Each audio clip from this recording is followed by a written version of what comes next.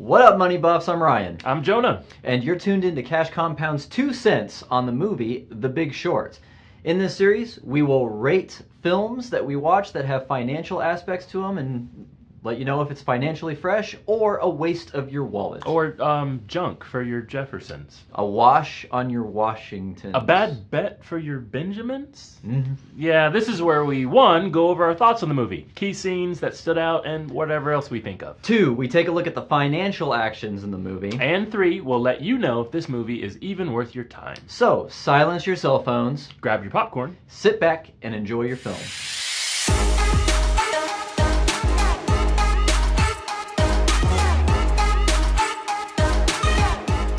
Alright, so this week we watched The Big Short. If you haven't seen it before, we want to let you know that this video will in fact contain spoilers. So if you haven't seen it yet, go watch it first. And if you have, but it's been a while, we'll give you a brief summary before we jump in. Yeah, so what's The Big Short? What does that actually even mean? So the movie follows the financial savvy of several characters as they predict the financial economic collapse of the housing market pre-2008.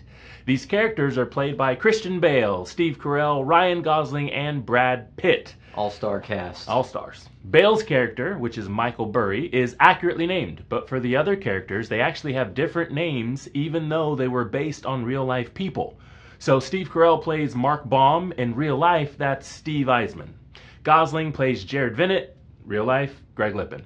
And Brad Pitt plays Ben Rickett, which in real life is just Ben Hockett. So the movie is fast, funny, and absolutely furious. Absolutely. A lot of smug-looking people in here, huh? It's like someone hit a piñata filled with white people who suck at golf. So Big Short came out in 2015 and it scored well. It has a 7.8 on IMDb, and on Rotten Tomatoes it got an 89 from critics and an 88 from audiences. Another one, we did the Founder and they were close the last week, and they were close together, so yeah. It's cool to see that. So it sounds like we know how to pick them.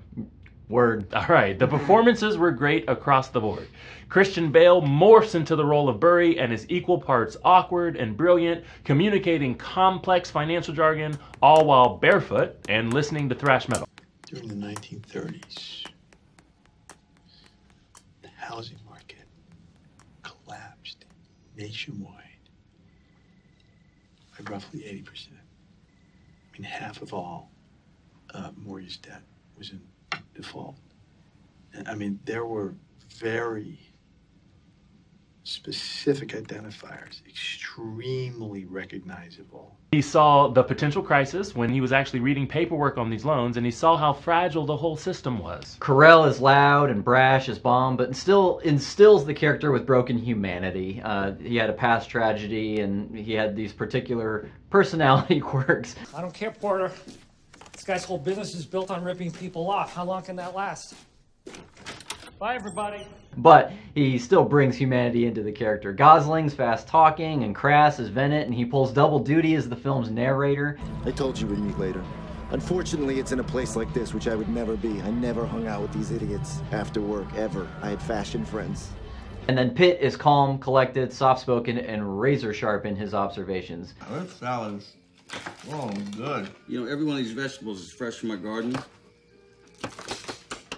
You guys should start your own garden. What you got to do is get your soil off petrochemicals. I used wood ash and urine, help restore the soil, creates ammonium nitrate.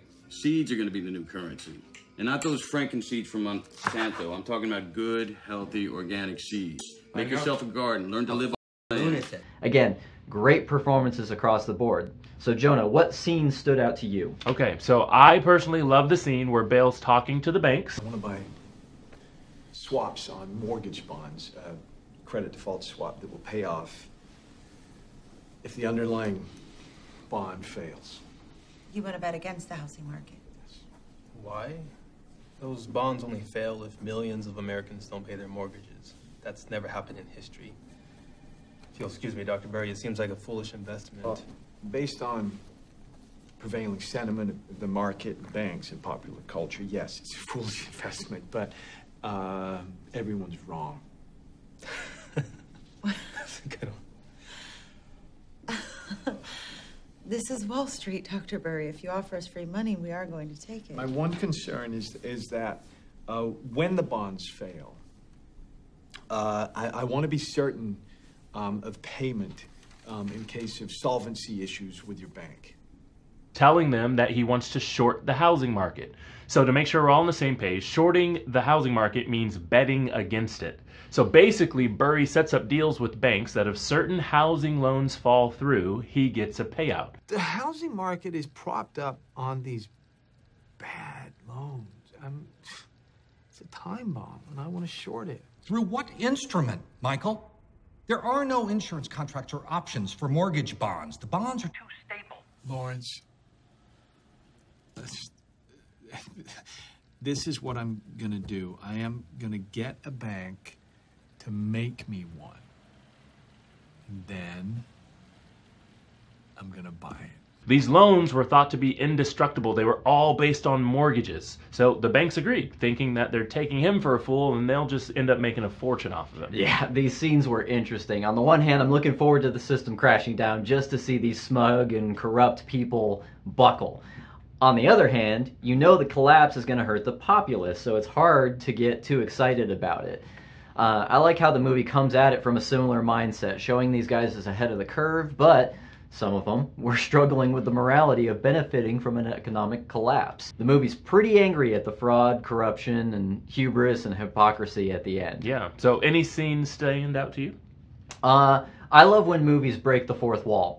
Gosling is having a blast as the narrator, just bam, bam, bam, bam, being really quick in how he communicates things. He's trying to speak in layman's terms that the populace, me, someone without a financial degree, which is actually super helpful. More than once in this movie, really helpful that he'll turn to you and explain. Exactly. He'll turn to you and explain, and they'll also bring in these expedition dump scenes where they know you're confused, so they say, here's Margot Robbie explaining this, or here's Anthony Bourdain explaining this by using a pot of stew.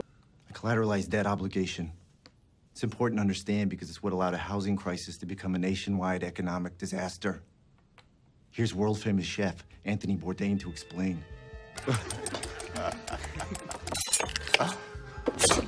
Okay, I'm a chef on a Sunday afternoon, setting the menu at a big restaurant. I ordered my fish on Friday, which is the mortgage bond that Michael Burry shorted. But some of the fresh fish doesn't sell. I don't know why. Maybe it just came out halibut has the intelligence of a dolphin. So what am I going to do? Throw all this unsold fish, which is the BBB level of the bond, in the garbage and take the loss? No way. Being the crafty and morally onerous chef that I am, whatever crappy levels of the bond I don't sell, I throw into a seafood stew. See, it's not old fish. It's a whole new thing. And the best part is they're eating 3-day-old halibut. That is the CDO. A little self-indulgent at times, but it was an interesting and entertaining way to basically hit you with an exposition dump when they knew you were going to be confused. Yeah. So I really like the scene also where Brad Pitt brings the reality of the situation down to the two guys that were really excited that they were about to make a lot of money. If we're right, people lose homes, people lose jobs, people lose retirement savings, people lose pensions. You know what I hate about banking? It reduces people to numbers. Here's a number. Every 1% unemployment goes up, 40,000 people die. Did you know that? No. Did you know that? No, I didn't know that. We were just excited, Just don't dance. So it's a really humbling reminder that these aren't just like numbers on a page, right? It was shorting mortgages, so that means people live in these houses. So it was people's lives. And so I appreciated how the movie took a second to slow it down and show you some of the characters were actually wrestling with the reality of the situation, which especially was happening with Steve Carell's character. So that was cool. So 2008, I mean, do you have any memories from that time? Yes, the worst thing that I did in 2008 was be in 8th grade. Because I should have been buying up all the houses. You should have been shorting the market. There you go. Yeah, it's funny. We actually, for the most part, we kind of avoided it because we sold our house right before this happened. We didn't see it coming. It just, worked out that way. And then we moved to Greenville, South Carolina, and the market, it just didn't seem to be hit as bad here. I mean, the housing market was pretty healthy when we came. So we kind of ducked that one. Yeah. I wasn't actually in 8th grade, everybody. I was just definitely still too young to understand what was happening. Yeah, not shorting and benefiting from the economic collapse. So here's my question. How much of the movie is true, right? And actually, it's a surprising amount. It's based on a book by the same name by Michael Lewis. And much of what you see in the movie is accurate, even if some of the names or circumstances were changed for the sake of the movie, the narrative. Yeah, there's actually a scene where one of the characters breaks the fourth wall and tells the audience this isn't how it actually happened, then tells the truth of it. So the movie's surprisingly dedicated to keeping these things as real and grounded as they can, but it's, you know, it's Hollywood. It's still in the business of telling a story. So, should you pay attention to it? I think so. So it's scary to think of it, but the movie actually shows that just because a system is in place, it doesn't mean that that system makes sense. It doesn't mean that that system is moral. It doesn't mean that it's going to benefit anyone other than the ones who set it up and who are set to profit from it, right? I think the scene where Gosling is explaining the whole loan system using Jenga cubes, right, is especially alarming. This is your basic mortgage bond. All right? The originals were simple. They were just thousands of AAA mortgages bundled together, guaranteed by the U.S. government. The modern ones are different. They're private, and they're made up of layers of tranches.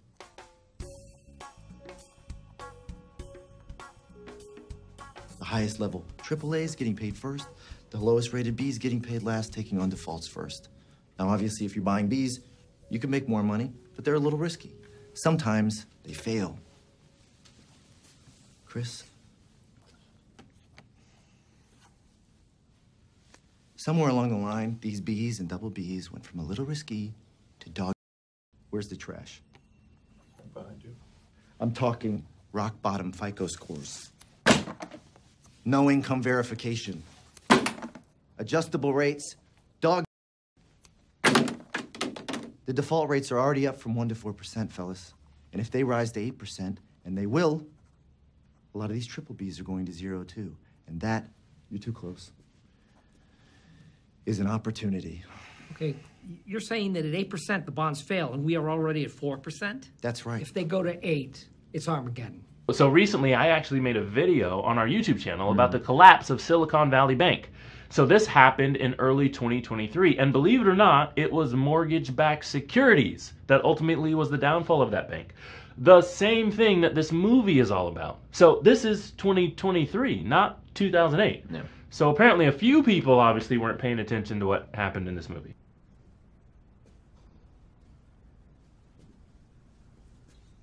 Oh, this isn't how I pictured it. What'd you think we'd find? I don't know. Grown-ups. In my opinion, the banks don't always have people in mind when they're making decisions and creating programs. It also shows that people need to be more aware of what's going on instead of just accepting deals because it sounds like a good deal. Aren't you the bank? I work for the bank. I don't think like a bank. Big bank, small bank, I like to make money. All right? Let me put it this way. I'm standing in front of a burning house, and I'm offering you fire insurance on it. That's right. Christian Bale reading the paperwork, which I don't read the paperwork. I imagine you don't read the paperwork. Sometimes. But the fact that Christian Bale as Michael Burry, he read the paperwork and that's how he figured out, yeah, this isn't going to work. So most of the time, we're talking about finance, right? We've noticed that a lot of these problems economically can be solved with responsibility in your own personal financial life. This movie shows that the banks are in control of way too much of the financial system. That's why we're such big fans of making your own bank. So you can take back some of that control and be aware of what's going on. We don't realize how much control banks have over our lives. I mean, think about your neighborhood or the street that you live on. How many of those houses have mortgages on them? All of them. I mean, it's pretty few and far between when someone says, oh no, my house is completely paid for. It's awesome to hear, but for the most part, someone's paying a mortgage.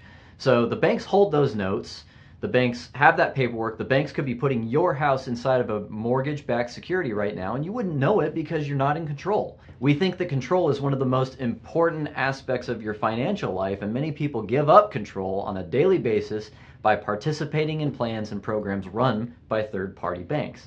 I'm with you. One of the most terrifying parts was at the end of this movie when they had like text sliders going on what happened after. And one of them says, when the dust settled from the collapse, $5 trillion in pension money, real estate value, 401k money, savings, and bonds had disappeared.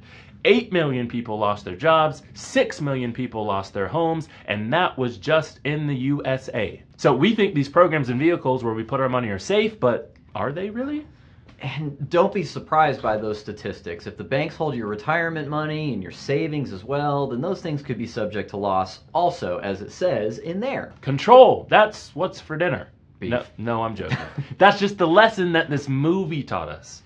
All right, so that begs the question, can someone legally and realistically do this? The answer is yes, because again, this movie is going over real world events, trying to break them down for people to understand and help you understand, me understand, this is what happened, this is how it happened, and here's people who benefited from it, here's people who fell from it, here's the people who didn't see it coming. I mean, pretty fascinating look, actually. Now, realistically, the movie shows us that maybe like 10 people benefited from this and millions of people did not, right? Yeah. So is it a good strategy? I probably wouldn't recommend that you go trying to short the housing market, Yeah. right? It just probably won't pay off again the way that it did back in 2008. The way that the movie shows it, the investors in the company were trying to pull out, and these guys, especially Mike Burry, who knew this is what's going to happen, he just doubled down. Yep. You have to be very, very savvy. $1.3 billion of doubling down, if I'm remembering correctly. Yeah. That's a lot. So here's the question.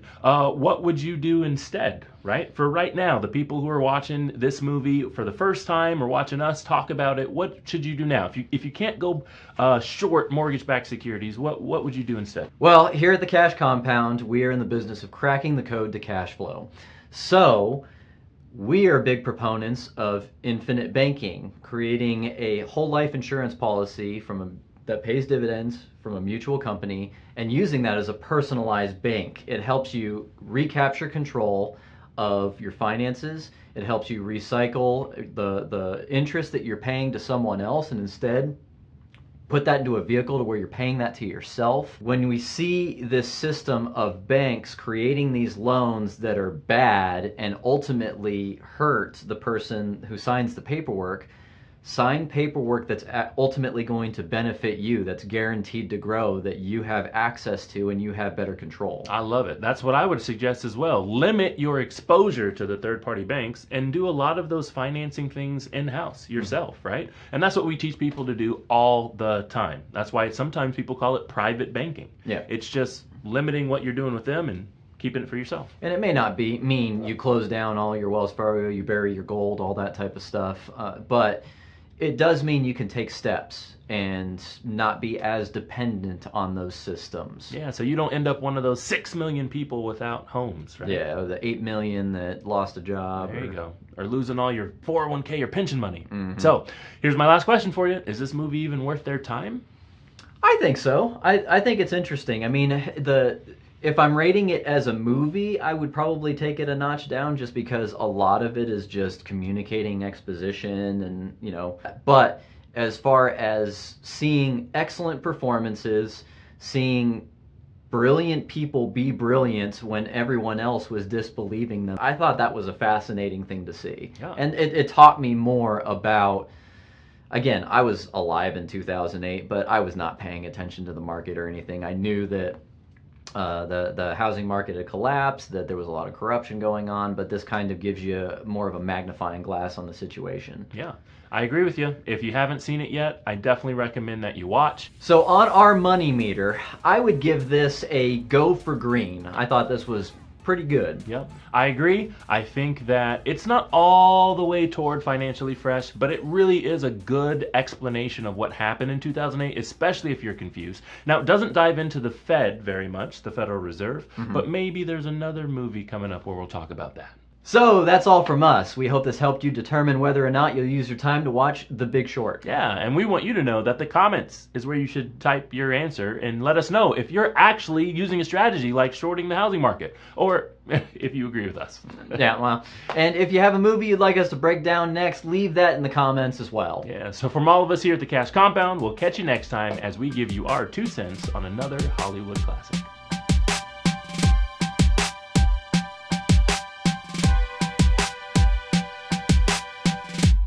And now, here's where we'll rate it on our money meter. Which I don't remember what the things were. We didn't put them in. Comments is where you should type in if you're implementing this financial strategy that matches the movie, or if you agree with us that maybe this isn't the best time to back the shorts that yeah, and stink.